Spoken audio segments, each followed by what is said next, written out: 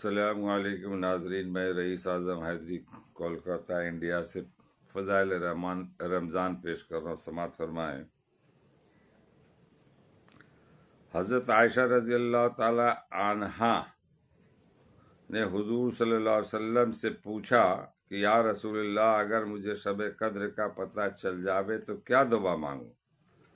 حضور صلی اللہ علیہ وسلم نے فرمایا اللہم سے آخر تک دعا بتلائے، جس کا ترجمہ یہ ہے: اے اللہ، تو بے شک معاف کرنے والا ہے اور پسند کرتا ہے معاف کرنے کو، پس معاف فرما دے مجھ سے۔ فائدہ: نہایت جامع دعا ہے کہ حق تعالیٰ اپنے لطف و کرم سے آخرت کے مطالبہ سے معاف فرما دے، تو اس سے بڑھ کر اور کیا چاہیے؟ من نگویم کے طاعتم با پذیر، کلم افوے بر گناہ ہم کش۔ سفیان ثوری کہتے ہیں کہ اس رات میں دعا کے ساتھ مشغول ہونا زیادہ بہتر ہے بنسبت دوسری عبادات کے۔ ابن رجب کہتے ہیں کہ صرف دعا نہیں بلکہ مختلف عبادات میں جمع کرنا افضل ہے، مثلا تلاوت، نماز، دعا اور مراقبہ وغیرہ، اس لیے کہ نبی کریم صلی اللہ علیہ وسلم سے امور منقول ہیں۔ یہی قول زیادہ اقرب ہے کہ سابقہ احادیث میں نماز کی ذکر وغیرہ کئی چیزوں کی فضیلت گزر چکی ہے۔ اللہ تعالی ہم لوگوں کو پڑھنے اور سننے سے زیادہ عمل کرنے کی توفیق عطا فرمائے، آمین۔ فضل ثالث اعتکاف کے بیان میں اعتکاف کے تعلق سے بھی کچھ سماعت فرما لیں۔ ایک اعتکاف کہتے ہیں مسجد میں اعتکاف کی نیت کر کے ٹھہرنے کو۔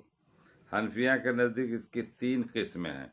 ایک واجب، جو منت اور نذر کی وجہ سے ہو، جیسے یہ کہے کہ اگر میرا فلاں کام ہو گیا تو اتنے دنوں کا اعتکاف کروں گا، یا بغیر کسی کام پر موقوف کرنے کو یوں کہہ لے کہ میں نے اتنے دنوں کا اعتکاف اپنے اوپر لازم کر لیا، یہ واجب ہوتا ہے، اور جتنے دنوں کی نیت ہے اس کا پورا کرنا ضروری ہے۔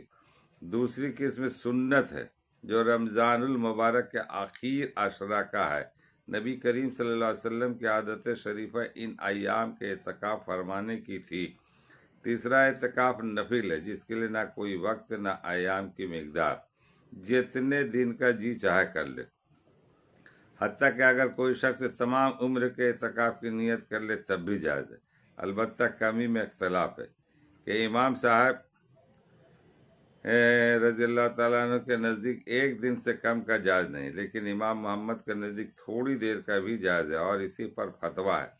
اس لیے ہر شخص کے لیے مناسب ہے کہ جب مسجد میں داخل ہو اعتکاف کی نیت کر لیا کرے کہ اتنے نماز وغیرہ میں مشغول ہے، اعتکاف کا ثواب بھی رہے۔ میں نے بھی اپنے والد صاحب سے اس بات کو ہمیشہ اس کا اہتمام کرتے دیکھا کہ جب مسجد میں تشریف لے جاتے تو دایاں پاؤں اندر داخل کرتے اعتکاف کی نیت فرماتے تھے، اور بسا اوقات خدام کی تعلیم کی غرض سے آواز سے بھی نیت فرماتے تھے۔ اعتکاف کا بہت زیادہ ثواب ہے، اور اس کی فضیلت اس سے زیادہ کیا ہوگی کہ نبی کریم صلی اللہ علیہ وسلم ہمیشہ اس کا اہتمام فرماتے تھے۔ معتکف کی مثال اس شخص کی سی ہے کہ کسی کے در پر جا پڑے کہ اتنے میں میری درخواست قبول ہونا نہ ہو، ٹلے کا نہیں، نکل جائے دم تیرے قدموں کے نیچے، نکل جائے دم تیرے قدموں کے نیچے، یہی دل کی حسرت، یہی آرزو ہے۔ اللہ تعالی ہم لوگوں کو پڑھنے اور سننے سے زیادہ عمل کرنے کی توفیق عطا فرمائے۔ وآخر دعوانا الحمدللہ رب العالمین۔ یہ اعتکاف کی بھی فضیلت اور جو ہے نا وہ آخر عشرہ کی دعا کی بھی تعلق سے باتیں آئی، اور ان سب باتوں کو غور کرنے کی اور غور کر کے سمجھنے کی ضرورت ہے، سمجھ کر کے عمل کرنے کی ضرورت ہے۔ عمل سے زندگی بنتی ہے، جنت بھی جہنم بھی ہوئی ہے۔ خاکی اپنی فطرت میں نہ نوری ہے نہ ناری۔ آج ہمارے یہاں عمل کی بہت کمی ہے۔ بڑے بڑے اکابرین کے یہاں دیکھتے ہیں، بہت بڑے بڑے، جو حضور صلی اللہ علیہ وسلم کا طریقہ، جو ان کے زندگی گزارنے کا جو طریقہ جو ان کے اخلاق وہ باتیں بہت کم لوگوں میں پائی جاتی ہیں۔ اس سے آدمی کو اس طرح عمل کرنا چاہیے اور حضور صلی اللہ علیہ وسلم کو فالو کریں، ان کی سنتوں پر عمل کریں، ان کی سنت کیا ہے یہ دیکھیں، تو یہ بات سمجھ میں آ جائے گی دھیرے دھیرے۔ مقصد زندگی کا کیا ہے یہ بھی سمجھنے کی ضرورت ہے۔ ہم دنیا میں آئے، اللہ تعالیٰ نے ہم کو پیدا کیا ہے تو دو کاموں کے لیے کیا ہے، تیسرا کام کے لیے نہیں کیا۔ ایک عبادت اور دوسری جو ہے نا، ایک عبادت ہے اور ایک لفظ کیا ہے بھول رہا ہوں۔ اور اللہ تعالیٰ نے رزق کا میں نے وعدہ کیا، رزق آپ کو ملتا رہے گا۔ عبادت اور یہ دعوت، عبادت بھی کرے اور دعوت بھی دے۔ دعوت کے معنی کہ آپ ایک بات بھی دوسرے بات کو پہنچائے، یہ بھی ایک دعوت۔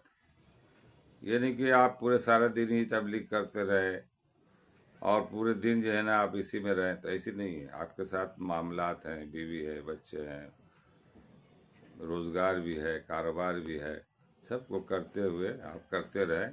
فرصت ہے تو آپ وقت نکال کر 3 دن بھی جائیے، 40 دن بھی جائیے۔